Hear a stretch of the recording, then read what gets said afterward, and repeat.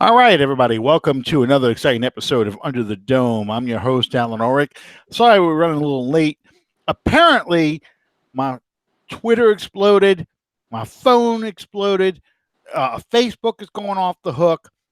The New Orleans Pelicans, I know this is a Saint show, but the New Orleans Pelicans won the draft lottery. They had the number one overall pick. And for those of you who don't give a rat's behind about the the NBA draft, it's different from the NFL.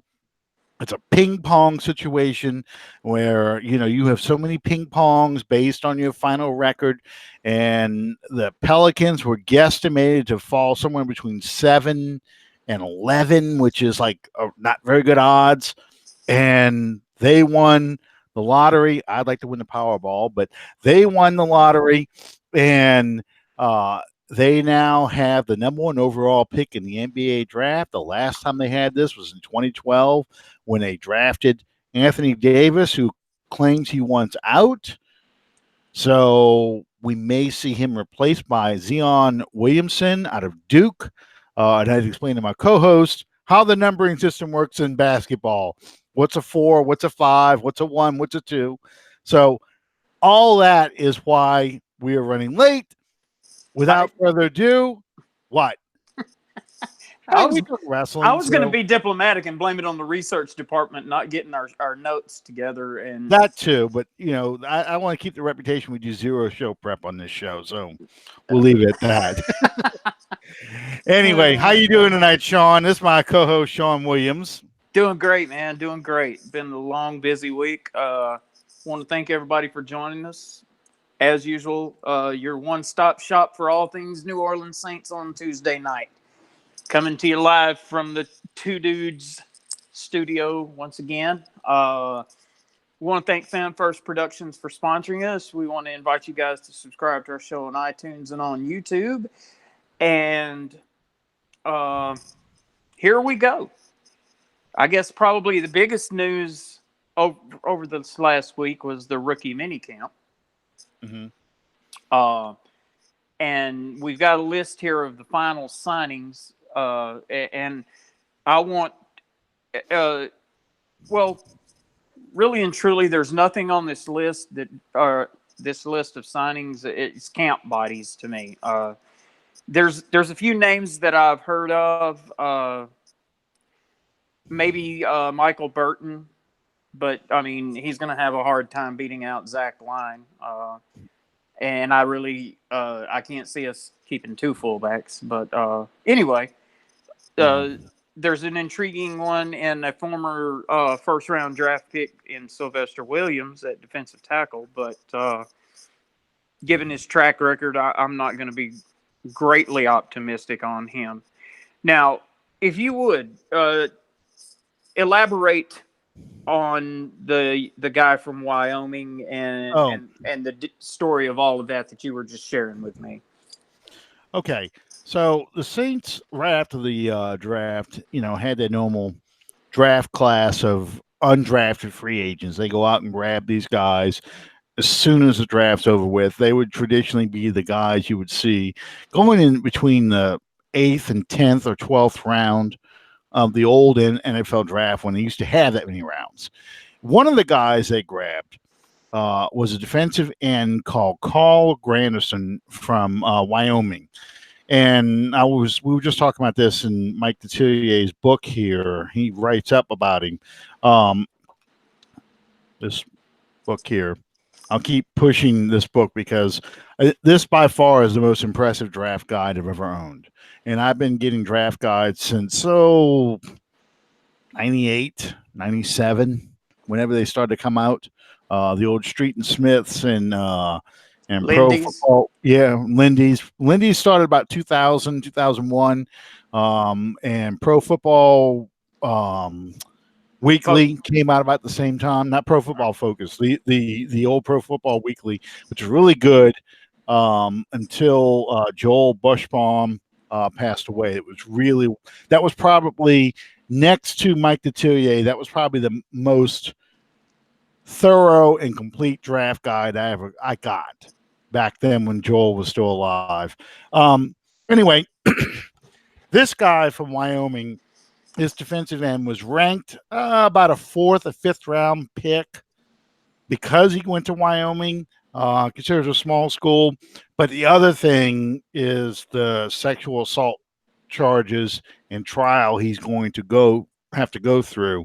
Why he went completely undrafted, and all I can say is the Saints must have really have done their homework on this guy and really did some research on him and felt good about what their investigations came up with in regards to his being charged and the outcome and what are the facts of this case because they normally when it comes to sexual assault players, even some players that get in trouble for drugs or whatever, the Saints just completely take them off the board.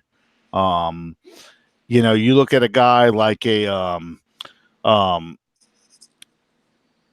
I can't believe I just forgot this dude's name. The St. Louis Rams running back. He went sixth overall in the draft. He's in prison right now. Lawrence Phillips. He's not in prison. He's not in prison anymore. Is he dead? He's Isn't he? dead. Yeah, I thought so. He was dead. Yeah. From Um, Nebraska. yep. Ultra talented guy. Couldn't keep his head on straight. Violent temper, all that stuff.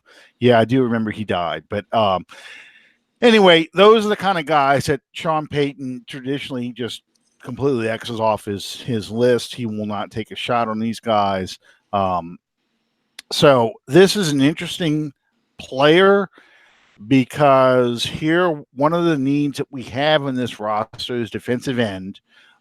And to take a shot on this guy, he's an undrafted free agent. He got a pretty sizable rookie signing bonus too, guaranteed to get him to come here. He's I was pulling up his stats early. He's 6'4.5", about 260. He You saw this in rookie mini camp. I think Barry wrote about this. I read this on some other sites over the weekend. The section of the media, was allowed to see. He showed off the very explosive first step. He's tall, lanky, with long arms. He Let's see. I'll read some of the stuff I was just reading to you just now. He's a talented athlete, and we get a much higher rating, but for the serious off the field issues that downgrade his draft status. Ganderson has a long frame and huge wingspan to work around bigger blockers. He gets off the snap quickly and has a first-rate closing speed to the quarterback. Cal can really run the field as well as a pass rusher, and is also strong in run support. Plays low, has good body balance and control skills. Ganderson has excellent read and react skills. He quickly breaks down what's happening out on the field, can get up in the air with his long arms, and really be a disruptive presence trying to throw over. He has shown that he can drop back into coverage spots if needed, and is a really good athlete. One of the negatives, aside from the fact that the sexual assault charge, one of his negatives is he probably needs to spend some time in the weight room, put a little bulk on him.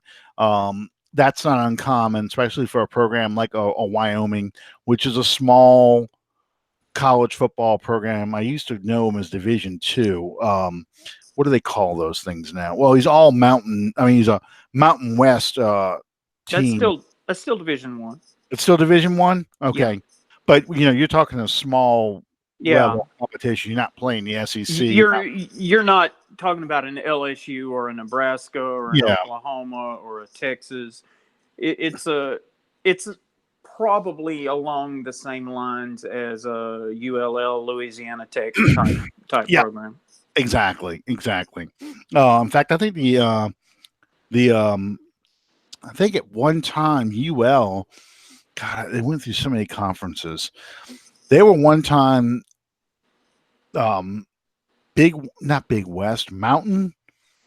God, I'm drawing a blank out of some of the schools they used to play, but they used to play in that Western Conference, like a Wyoming. They played at Colorado State and schools like that. So Idaho, yeah, yep. For a long time, Louisiana Tech was in the Big Sky. That's what it was. Big Sky Conference. WAC. Yeah. And they were in there with teams like New Mexico State, Idaho, Nevada.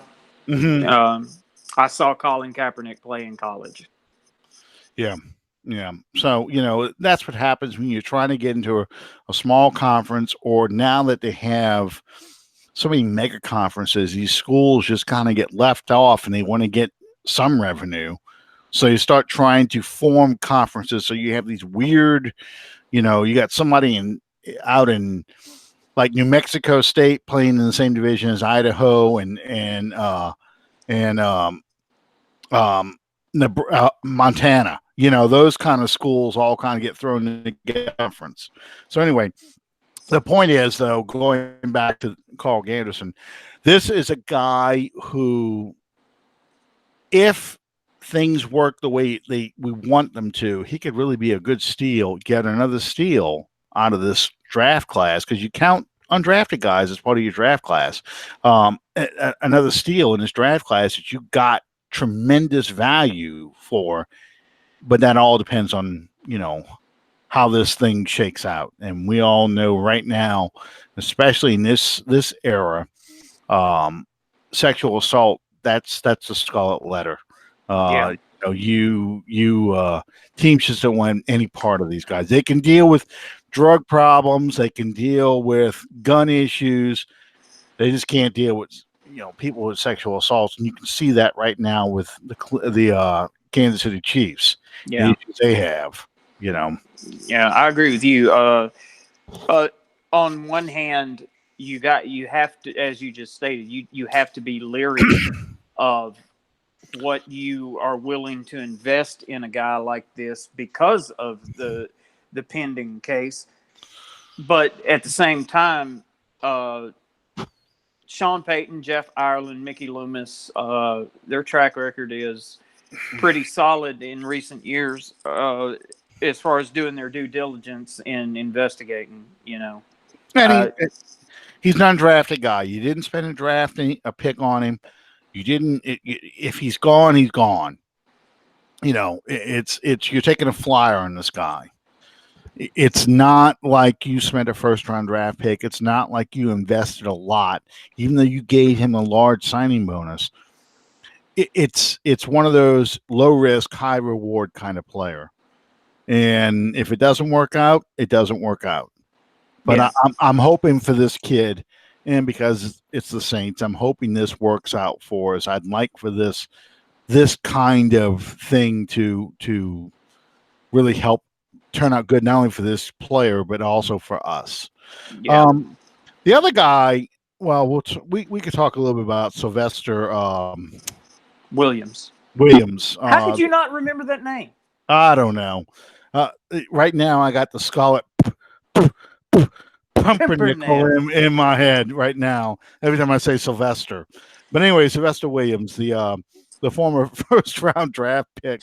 Hey man, Looney Tunes really shaped my childhood, so Well, there you go. that explains so much. But um,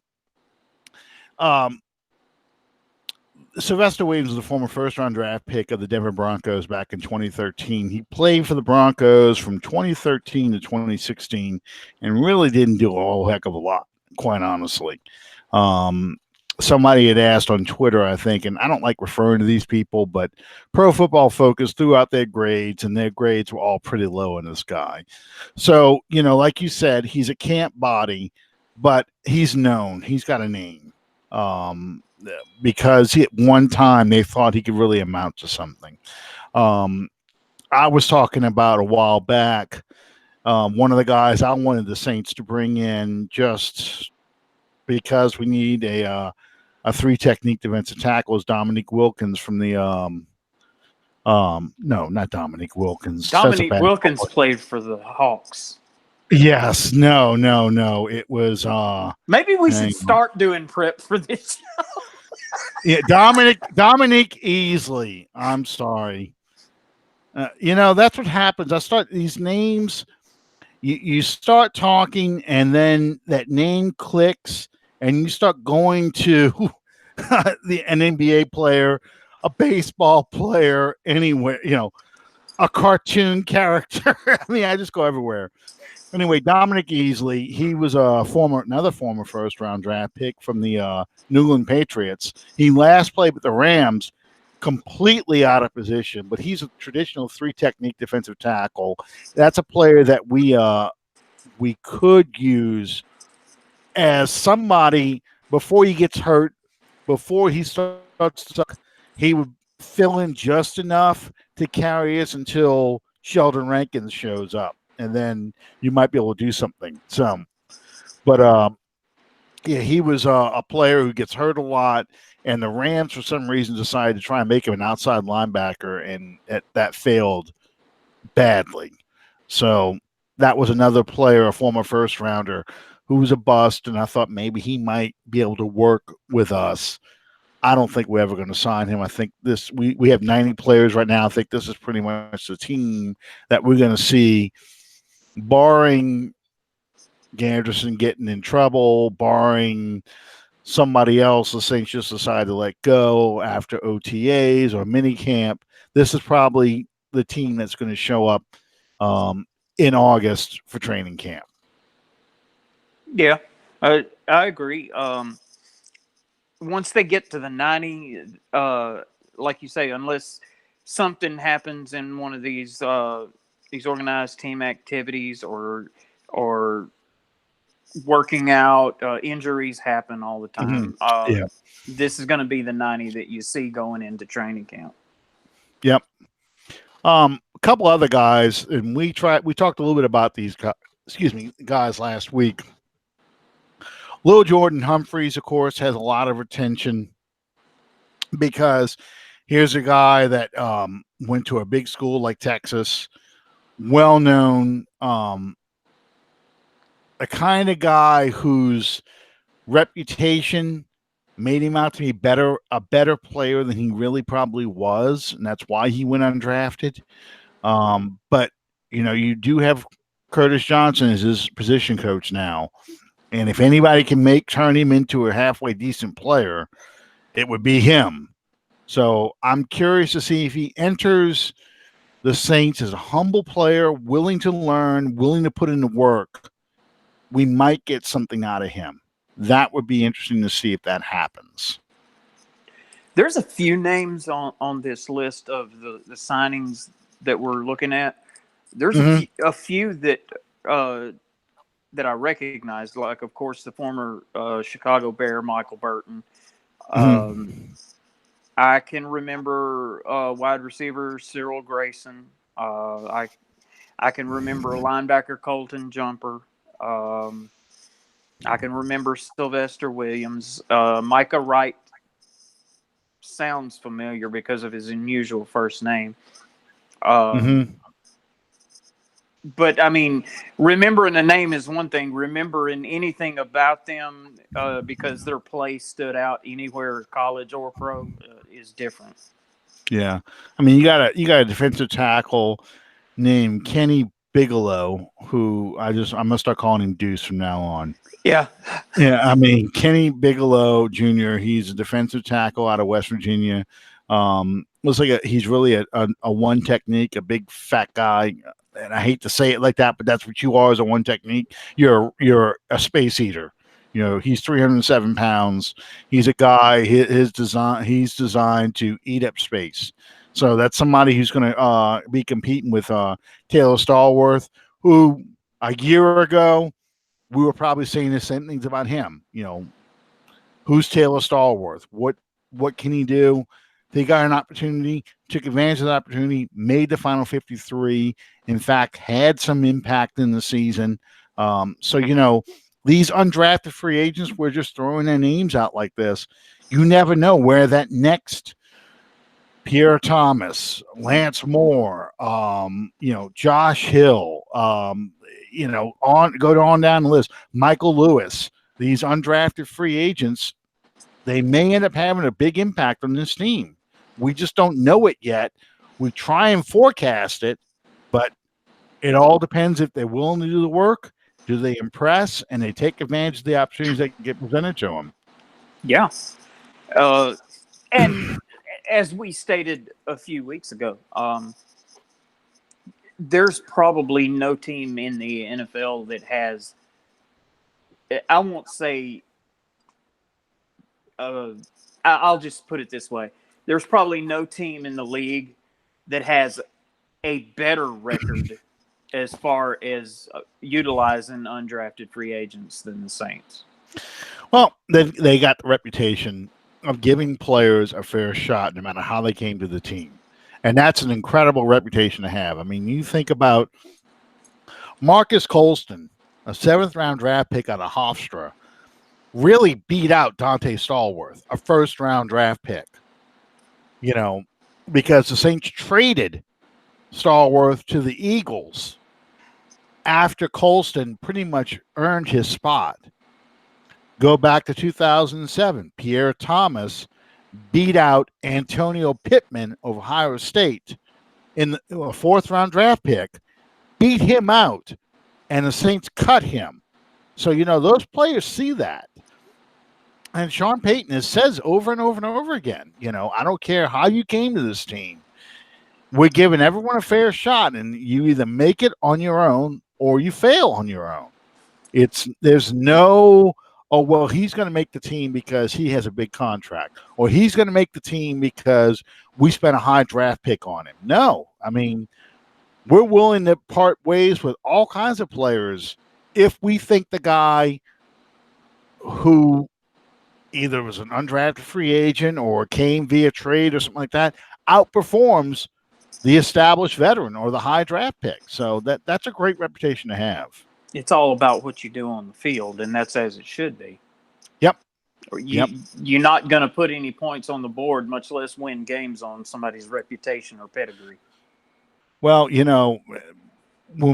when I talk about, and I'm going to start this special soon, once the mini camps, the final mini camp in June is over with, we have that 6 weeks of dead time before the start of the real training camp. I'm going to put together a thing on each coach's, tenure with the Saints, starting with Tom Fears, going all the way to Sean Payton, and Bum Phillips. That was one of the complaints they had about him, especially once the 1983 season happened. He started playing favorites. His ex-Oilers would always get the nod, where some guys, he would always say, this guy, before we even start training camp, this guy's got a job, this guy's got a start job, this guy, and players like, hey, man, what the hell happened to competing for jobs? Why am I going to bust my ass if I know this guy goes back to Bum Phillips's days with Houston and he's already got the job no matter what he does out there. Yeah. And that's partially what undid those teams. Why the 84 team could not progress further than the 83 team. One of the many reasons. I didn't like Bum Phillips as a coach anyway. Oh, my grandfather will never forgive him. My grandfather passed away back in 2003, but he, to his grave, he would never forgive Bum Phillips for not about Archie, but trading George Rogers pissed him off to no end, and then letting Jim Kovac walk away. Oh, my grandfather was furious over that. Furious. And Kovac ended up retiring after the 85 season anyway, because he was already a doctor, and then he went on to law school too, so he became a doctor and a lawyer. But he was my grandfather's favorite linebacker on that team. That was Ricky Jackson on the team too, but he loved Jim Kovac. And they let him go because they drafted Alvin Tolles in the first round, and Alvin Tolles was going to get that job. And of course, he blows out his knee in '85 anyway. So you really got rid of him for no reason whatsoever. Yeah. And Alvin Tolles, when he came back, Sam Mills and Vaughn Johnson took his job in '86. So you weren't going to beat those guys out. No, they only turned into the best linebacker. Yeah. In the history of the league. Yep. Whoops. You all right over there? Yeah. We okay. Had a little drive-by. No big deal. Sean ducks real quick at bullet holes with a little screen. I got you. Okay. One other player. We talked a little bit about him last week as well. but I need to keep talking about this guy because this is a guy who I think, I keep sounding like Chris Collinsworth. This is a guy. Here's a guy, but I'm not sure that I would this feel player. comfortable comparing myself to Chris Collins or just Well, me. it's yeah, it's aggravating. I keep using that phrase, but anyway, the Nebraska running back. Um, I want to say his name right. Um, Come on, you just had him a second ago. His write up. That's what happens when I close this book on myself, and then I lose my place. Once again, zero show prep on this show. Um, Divine Ozigbo. Divine Ozigbo. I hope I say his name right. He's the guy that Bob Rose is so in love with. He's a 5'10", 220-pound bowling ball. This is a power inside runner with a little bit of outside speed, but he's really a between the tackles kind of runner. Exactly the kind of runner who would be great paired with Alvin Kamara. Kamara's your outside guy. This guy would be your inside guy. It depends on, once again, does he show the ability to pick up pass blitz pickup? Does he have the ability to do some good pass blocking? What are his hands like? Can he catch passes? The more he can do, the better his chances are of sticking around and making this final 53 roster. But I think he's going to give Dwayne Washington all he can handle in training camp.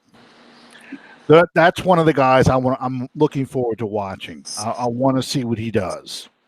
I've got to get a lot sharper on just exactly who all we've added. Well, it's hard because I don't want to talk up too many of these undrafted guys because, like we said, anything can happen between now and training camp. These guys might show up out of shape in August and get cut on the first day. I talk a lot about Onome Ojo. That was not even Mr. August. He was Mr. July and Mr. June. When they were running around in shorts and t-shirts, he was on. You couldn't keep him from catching the ball. He caught everything. And then when they put the pads on, he couldn't catch anything anymore. And then there is. I need to write this dude's name down because I'm Googling him right now because he hang on.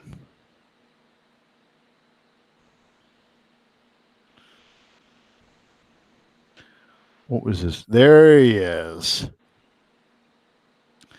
The legend, the way of life, Walter Thomas. 6'4", 374 pound defensive tackle who played briefly at Oklahoma State, and then he finished his his college career at Northwest Mississippi Community College. Okay, he supposedly could run the 40 in 4.8, 4.9 range. He can bench press 475 pounds, squat 800 pounds, and was able to do backflips and cartwheels. That's how I remember him. His backflips. He was 21 years old, wore size 16 shoes, and was, everyone saw him at his pro day. All these things he was doing, just an unbelievable athlete. He lasted 1.5 practices with the Saints. 1.5 practices, and then he was so poorly in shape, so badly out of shape that the Sean Payton cut him that afternoon. He lasted a practice and a half. He had to leave. He had to leave the first practice. He was dying. He was sweating so much. But yeah, he was one of those guys. He was arrested, charged with robbery, and this was back in 2007. But it was all misunderstanding. The Saints signed him as an undrafted free agent, and boy, I'm telling you, they signed him on May 1st, 2007. That's the date of this article, and I think the rookie minicamp was 2 weeks later or a week and a half later. But from May 1st to, let's just say, the 10th was the minicamp. Those 9 days, he progressed from an undrafted. I'm talking about online on the old Saints message boards. He progressed from a undrafted free agent who has a shot of making the Saints to the next Jerome Brown or pick your Mean Joe Green, Hall of Fame defensive tackle. They had his bust ready for Canton. He was going to be a one-man wrecking crew, single-handedly dominating all the rest of the team in the NFC South. He lasted a practice and a half. So, I mean, Bust took on yeah, a whole new meaning in that conversation. exactly. So, that's why he's my lesson in the back of my head. Walter Thomas. I always got to remember his name because that's my lesson for how high they build these expectations up. Fans build these expectations up for these undrafted free agents that they think are going to be these monster difference makers that nobody saw. Nobody, they all missed them, Well, and it's you can just. say the same thing about draft picks in a way because you can, like you say all the time, you can go to these pro days and Hmm. combines and all that, and you're seeing a very regimented activity. But Hmm. the one thing that you never will be able to accurately gauge is the human factor. These guys, most all of them have been playing organized football probably from ages 5 or 6, Hmm. and they're now 22, 23 years old. And a lot of them, uh, especially guys that got really took the time, really got their college degrees, and they don't have to subject themselves to the physicality. They don't have to subject themselves to all the injuries and all the work and all of that. They can make a living doing something else. They Some of them just don't want it anymore. But I mean, there's some an organization sitting there said, "Hey, we'll throw 30 mil at you if you'll be our draft pick." Oh well, yeah, I'm interested in that. Well, you it know, doesn't always work out that way. right. Be- Because, I'll go ahead. no, you go ahead. I was going to say, because the one thing you can't measure is this up here. Yeah.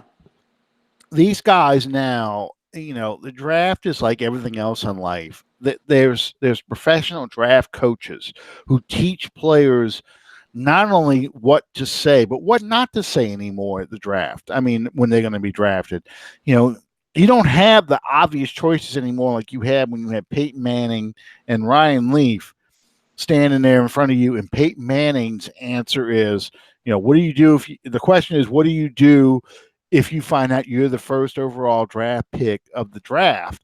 And Peyton gave the good answer of, well, I'm going to immediately learn all my teammates' names, their wives' names.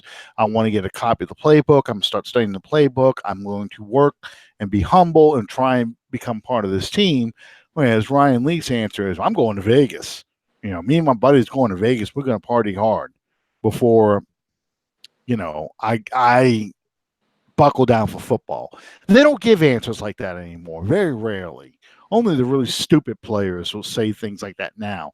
Now it's almost a rote memory because the draft has become such a televised event that they teach them what to say. They make sure they stay in shape for their pro days. Their pro days are all orchestrated where they're going to do certain things. They're not going to run certain activities because they're afraid to get hurt.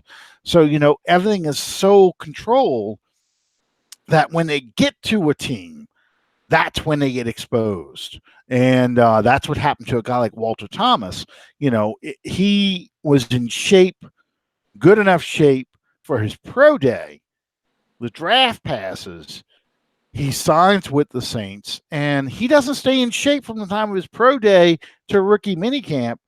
He goes on his, McDonald's menu diet where he looks at the menu and says, okay, and just takes it all and then shows up out of shape, not expecting um, Peyton's kind of training camp, which was not Starlog 17 like Jim Moore used to run, but everything's about tempo, quick, in and out of stuff. We're going to this, we're going to this drill. When that horn sounds, you run.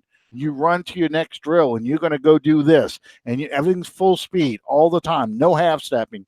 And the dude's, it's New Orleans in May. You're not even to the dog days of August yet. You're May. You're I've getting that been in first. New Orleans in August. No, Yeah, I know where you can no. where the air has substance to it. You can feel the air. You're sweating just standing there. And And oh about yeah, four out of the 7 days, it's going to rain at some point during the day, and then you have to kind of hack your way through the humidity to go wherever you're yeah. going. It doesn't cool the day off. All it does is make it steamier. Yeah. Yeah, exactly, exactly. I mean, it's like I tell people, it's so hot my house sweats. So yeah, I mean, so those are the things. That's why you can't get excited about these guys yet. Let's see who ends up being a Pierre Thomas and who ends up being Walter Thomas. I mean, that's the two extremes you have. Let's Yeah. see who's going to show up because even at the rookie minicamp, we'll go back to 2006 at the rookie minicamp. Marcus Colston did not like the Marcus Colston we ended up getting in the 2006 season. He was not in shape. Um, as Sean Payton used to like to call it, these players do what they call the um, banquet route gauntlet, where you're constantly going to these banquet meetings and so forth, and you're eating all the time. You're not staying in shape because it's not football season. You're not training. You're not disciplined. So Marcus Colston, when he showed up at that rookie minicamp, he's dropping a lot of passes. He was struggling. He was out of shape, and he went home, worked out, got his diet straight, and he came back even at the mini camp in June. You could see a little bit, but not really with the Colston you got. But in August, when they went up to Jackson in Mississippi, that was when he went to Millsaps, that's when you saw the Marcus Colston we ended up getting that rookie year. That's when he was in shape, focused, ready to work. And that's really what it boils down to. These guys have to show up ready to work. Camp's going to be at home again this year, correct? Yes, it's at home again. They have not been no more Greenbrier, and it's such a tough fight now because they open training camp up to the public. It's very hard for them to take the training camp somewhere else now because the fans bitch. Because you got the indoor practice facility, you got everything you need right there. Um, I know why Sean Payton likes to go away. He likes to get that whole team building, bonding situation that you get by leaving your house and staying in a dorm on a college campus.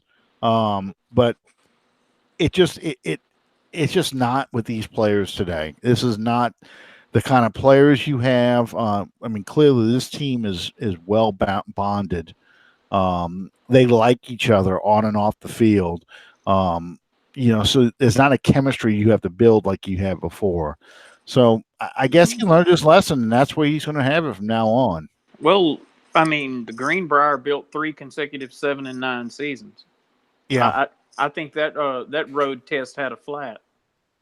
Well, but at the same time, when the Saints went to La Crosse, Wisconsin, after they like to kill each other in '86 and '87, from that point on, they built a winning program from '88 all the way to '93. They had a winning program, but you got to have good players too. Yeah. The way you train, yeah, way you train um, matters less than what kind of players you're going to training camp with. And the 2014 to 2016 Saints team just were not very good teams. Um, but Well, you mentioned that the teams that weren't great. mhm. I have a list here of maybe one, two, three, four, five, six of the all-time best Saints teams. Uh-huh. And you go back. Now, this is in no particular order. Right. Um, for me, 2013 would probably be the best one. Um, Interesting. well, if not 2013, then 2011. Yeah. Uh, but I mean, you can also throw in, well, obviously 2009 because they won the Super Bowl, the World Hmm. Championship team. But you also have 1979, which was a very talented team, and the past 2 years, I think you could also throw into the mix the 2018 and the 2017 teams. Hmm. So, which would you say would be the best? Well, I mean, we could also throw in, if we want to talk about different Saints teams, I think, the 79, we talk about offense, 79 Saints team was one of the most talented offenses, at least until Jim Mora arrived. It was probably one of the most talented offenses they ever had. I mean, you had 5 Pro Bowlers on that team. You had Wes Chandler, Chuck Muncie, Archie Manning, Henry Childs, and Tommy Myers all came off that team. That was the 5 Pro Bowlers. But that was a very explosive team, but it had a drug problem. That was one of the reasons, and a terrible defense was one of the reasons why that team couldn't win. The '83 team that Bum Phillips almost took to the playoffs. That was a talented defense. Now, the offense played just well enough. It was keep it close, keep it close, keep it close, and then we'll win in the last seconds on a field goal. That was how Bum won games. And that's what you saw that whole '83 season. They either won or lost within one score of one another. That was another good team though. And then '87, the Saints' first winning team. The '92 team, which I think is the most talented of the Jim Mora teams. That was probably peak Jim Mora, was the '92 team. Um, that team won 12 games, just like the '87 team did, but that was a better overall team, more well-rounded team than the '87 team. And then you get into, the ones you were just talking about, the 2000 team. We didn't list that one yet. That team, great defense. Um, it just got so beat up offensively that they just couldn't go anymore, but it won its first playoff game. And they never built from there. Aaron Brooks never got better.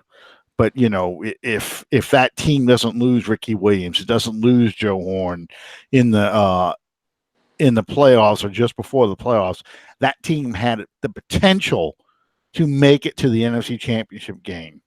Who knows what would have happened if that team would have stayed healthy. Well, And, in my list, I did not, and I've gotten cursed for this. I didn't include any of what the Saints organization was probably best known for, that being the Dome Patrol. yeah. I didn't include any of those teams. Well, when we were talking off air about it, I was thinking about offensively only. So that's why I kind of kicked off the Jim Mora teams.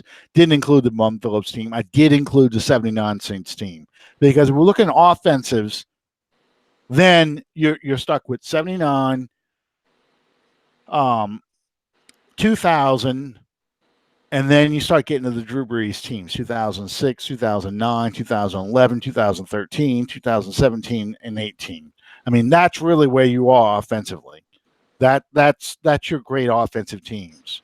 Um, you know, Defensively, '83 Saints, '87 Saints, '92 Saints, 2000 Saints, and that's probably about it as far as great defenses. You could throw the '09 defense in there, but they really feasted off of turnovers. And that's really what was the difference. How they won a lot of games is because they got 9 defensive touchdowns. I mean, that's unbelievable. And then throw the 2013 team in there too, because that was Rob Ryan's first year, probably his best defense he had.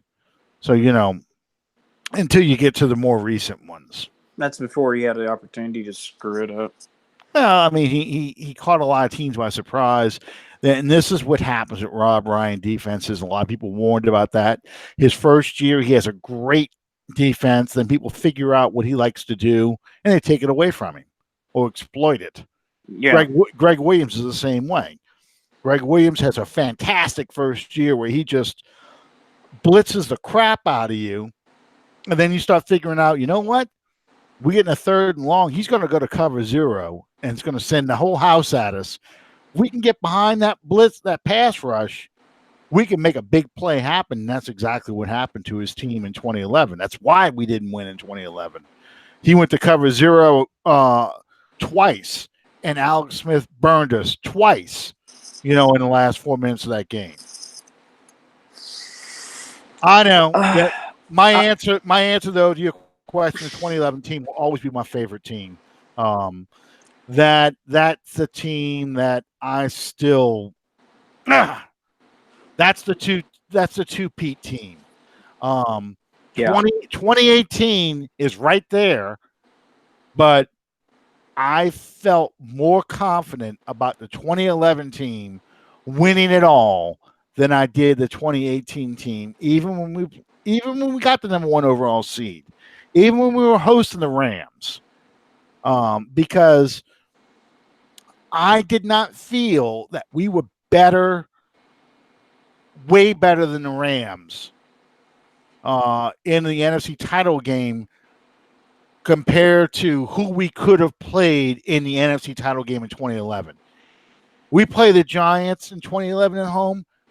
That's a blowout. We're killing that team. There is no way. Well, we just had. Yeah. And there was no reason that team was not any better coming back to the Dome. And same with the Packers team. I felt playing Green Bay because let's just say Green Bay does beat that Giants team. Playing Green Bay that second time, I think we beat them. We lost only because they stopped Ingram short, like by the half. We lost by 8. I know this, but I mean, they stopped him at the half-yard line with no time left in the game. We push that game to overtime. We win that game.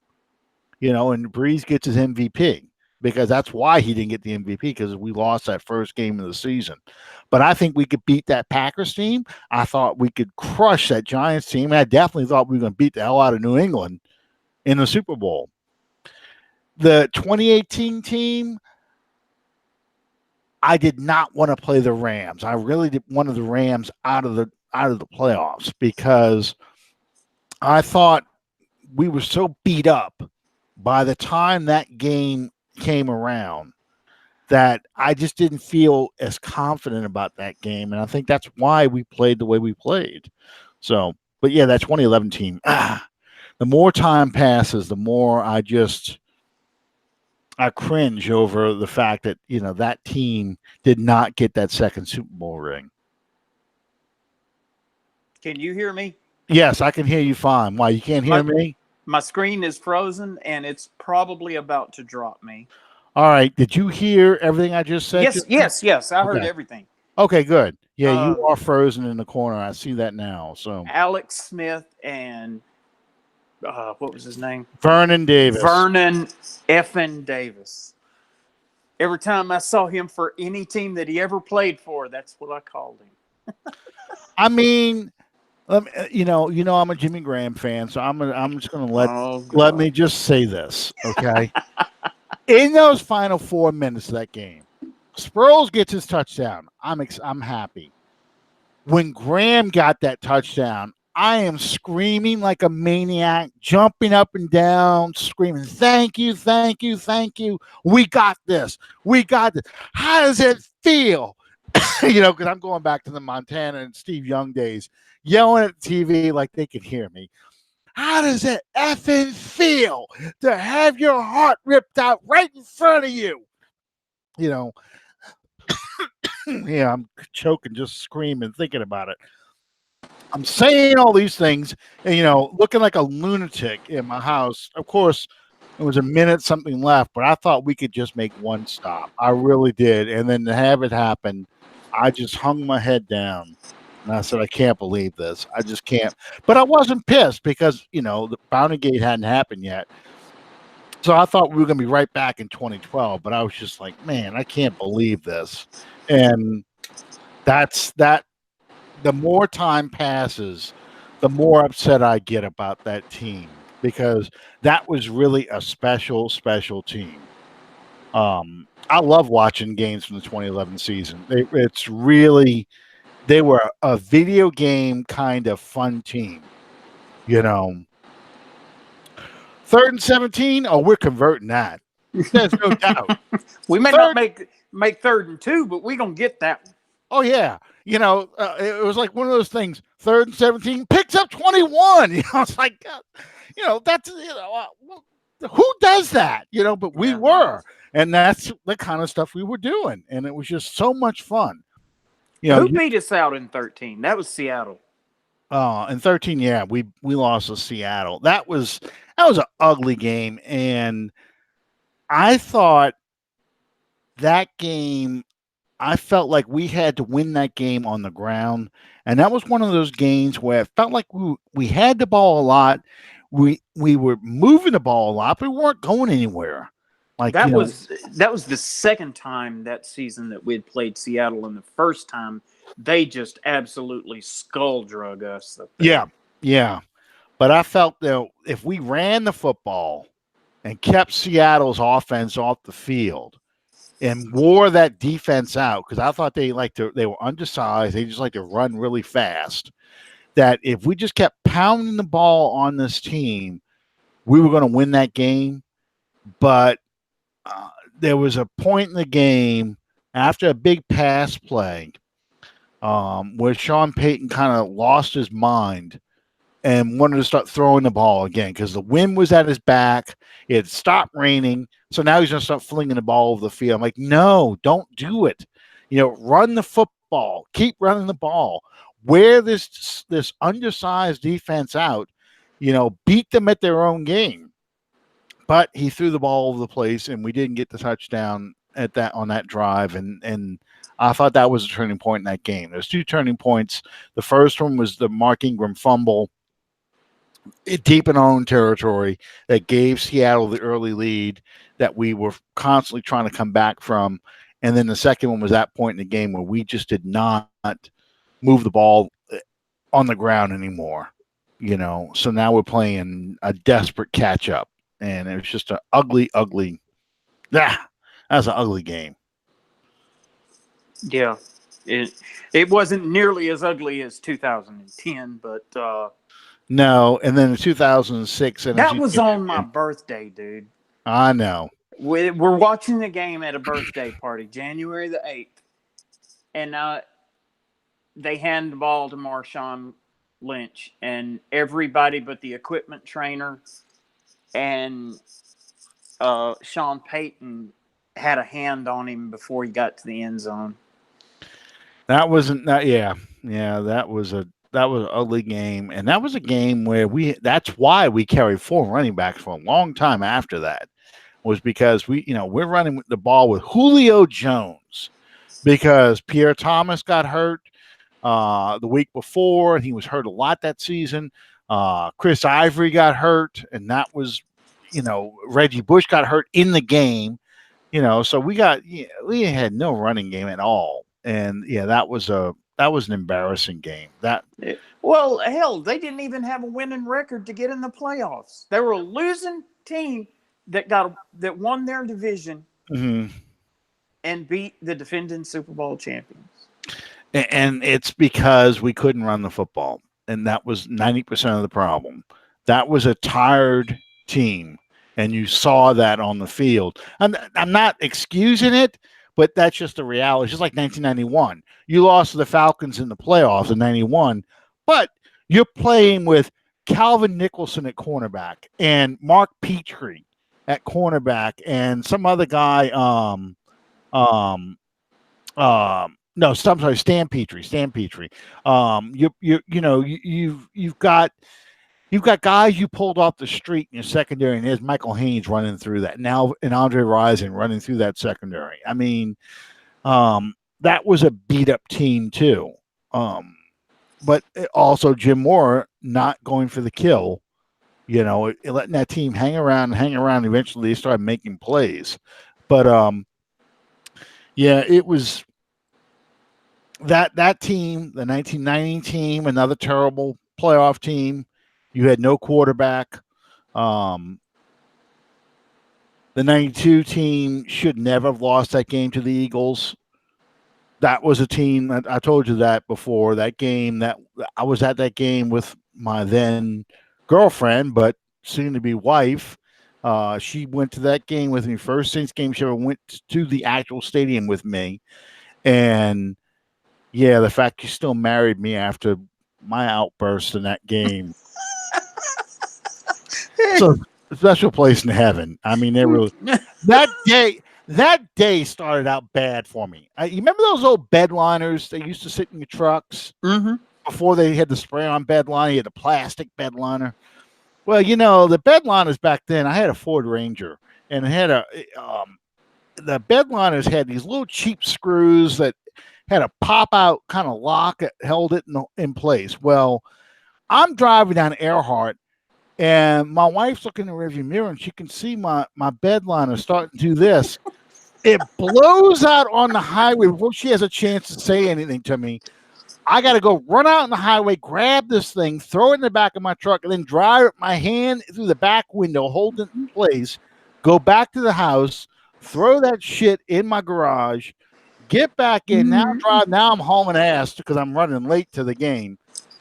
Get to that game, and we're in that end zone, and all that shit happens with the sack for a safety, the interception. Eric Allen returns a touchdown. It's all happening like I figuratively 3 feet in front of me, but I'm right there in an end zone. It's all right in front of me, and I'm looking for an Eagles fan to kill. Talk shit to me. I will choke the life out of you.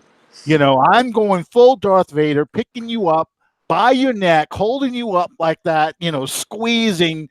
See if you can turn as green as that Eagles jersey you got on, that kind of thing, because I am that pissed because I feel like it will never happen. That's the feeling you got. This is the fourth time in a row. It will never happen again. We will never get over this. We're going to be that team that goes to the playoff every year and loses the first time. That's how I felt. So it's that feeling of resignation. That this will never happen for us. And I punched after the 2006 NFC Championship game. Even though the Bears clearly outplayed us, I'm pissed because once again I feel like we're never going to win. We'll never get there. So I go out in my backyard and I punch my shed and take my frustration out in the yard because I'm so pissed off that we can't win. So, but I'm much better now. Yeah. The medication is working these days. Yeah. You just got to get the dosage right. Well, I tell people all the time, winning a Super Bowl makes all the difference in the world because, we don't have to listen to what Atlanta's got to listen to, for example. Yeah. You never have to hear about, look, you can't win, or the Vikings, or the Bills, or anybody who's ever been to the Super Bowl, just never won, no matter if it's just one time or four times. You don't have to hear that because we did it. I watched this show on the NFL channel, NFL Network, the other Mm-hmm. night about those 4 years for the Buffalo Bills, and man, it was painful to watch what those guys went through. the core of players, your Bruce Smith, Hmm. your Jim Kelly, Thurman Thomas, Andre Reed. yeah, Uh, Andre Reed. They had them all in through sporadically throughout the program. They're interviewing them, and I think it Thurman Thomas was the worst because they lose the first one, and he Scott lost. Norwood was on there too. He lost the MVP. He would have been the MVP of the Super Bowl had Scott Norwood made that kick. That's the difference. Yeah, That's how close you were. That was their best team, yeah, and that was their best shot because that was the team that should have won it all, and it didn't. And then you go and play the Redskins, and you get blown out by the Redskins, and you get blown out twice by the Cowboys. I mean, it's an amazing feat to go to 4 consecutive Super Bowls. No one will ever do that again. I no, can't see anyone. Even New England can't do that. As a sad the conference and divisions they play in, they've never been to 4 consecutive Super Bowls. The Buffalo Bills did it, but they lost all 4 times, and it's ruined really the Hall of Fame credentials of so many of those players yeah, because will Cornelius Bennett ever get in the Hall of Fame? Probably not. no. He Daryl wins. Talley, Daryl Tarley too. They Steve win on Metzelaars, the or Steve Tasker as a Tasker, special teams guy. Yeah, yeah, you win. Don Beebe. You win. Well, Don Beebe did win one with the Packers in yeah, '95, but what I'm saying though is they win one Super Bowl. You probably have a dozen NFL Hall of Fame players on that team, or yeah, players that go to the NFL Hall of Fame. As it is, you're going to get. I think Thurman Thomas is in. yes, You have Jim Kelly. Andre Reed is in, isn't he? yes, Okay, and Bruce Smith. yes, That's it. But Daryl Talley won't go. no, Cornelius Bennett will not go. Um, uh, you know, Pete Metzelaars will not go. No matter what their record, or just look at the offensive linemen. I'm drawing a blank on some of the offensive linemen they had on that team, but none of those guys are going to go because it's just like what the Cowboys say about the '70s Cowboys. The Steelers have all the Hall of Famers. We lose both times to the Steelers in the Super Bowl. Therefore, a lot of guys who could have been in the NFL Hall of Fame don't get to go, yeah. because that's how they're judged by. Well, we want to thank everybody for joining us tonight. Time to make the donuts. Yeah. Well, Uh, real quick, let me just throw this out real quick. And that's why the 2011 and 2018 teams not making the Super Bowl and winning hurt so much, because imagine how many Hall of Famers would be coming from the Saints if those two teams win the Super Bowl. That's legacy changing, and that's what people were really pissed off about the no call. I mean, you really Sean Payton's a lock for the Hall of Fame if he wins 2 Super Bowls. Win 3, that's just unbelievable. But yeah, that's just kind of tying in all oh the stuff yeah, with the Bills, all the stuff we were just talking about the Bills and the Vikings and all the rest of those teams. That's why losing or not making the Super Bowl hurts so much. as the timeline progresses, Mm-hmm. and there's more Super Bowls played, eventually, you know, when there was say 30 Super Bowls, Mm-hmm. being able to say we won a Super Bowl meant a lot more than now there's 50. Uh, Yeah. it, Yeah. it as more are played, it broadens the spectrum of that. Now, there's not a lot of people that are going to be able to say I won multiple. Of course, I've never been one to quantify somebody's career by whether they won the Super Bowl or not. Well, Dan Marino clearly proves that. But the point is, when you've got a Super Bowl trophy or multiple Super Bowl trophies behind you as a player, a guy like a Jari Evans, or a guy like Carl Nix, even, or a guy like you know, Cam Jordan, they have a greater shot at being recognized as one of the best players at their position because they've got the hardware behind them, and that's what hurts. All right, we want to thank everybody for joining us tonight on Under the Dome, and invite you guys to subscribe to the show on iTunes and on YouTube. And thank Fan First Productions. I'm Sean Williams, and throwing it back to you, my man. Thank you guys for sticking with us as we go through our rambling. Yeah, OTA start up next week, and then after that, well, I think they started this week, and then the next mini camp is June 11th to the 13th. I believe that is a full team mini camp. So we're getting that much closer to the regular season. We're getting that much closer to the real training camp. After that, they take a break, but that's the next big event for us in the timeline. So we'll talk some more about, what the Saints need to do to finish business that they did not finish this past year. Draft a referee. Maybe that we should have done that in the draft. But thank you guys for sticking with us, and we'll see you next time on Under the Dome. Good night, everybody.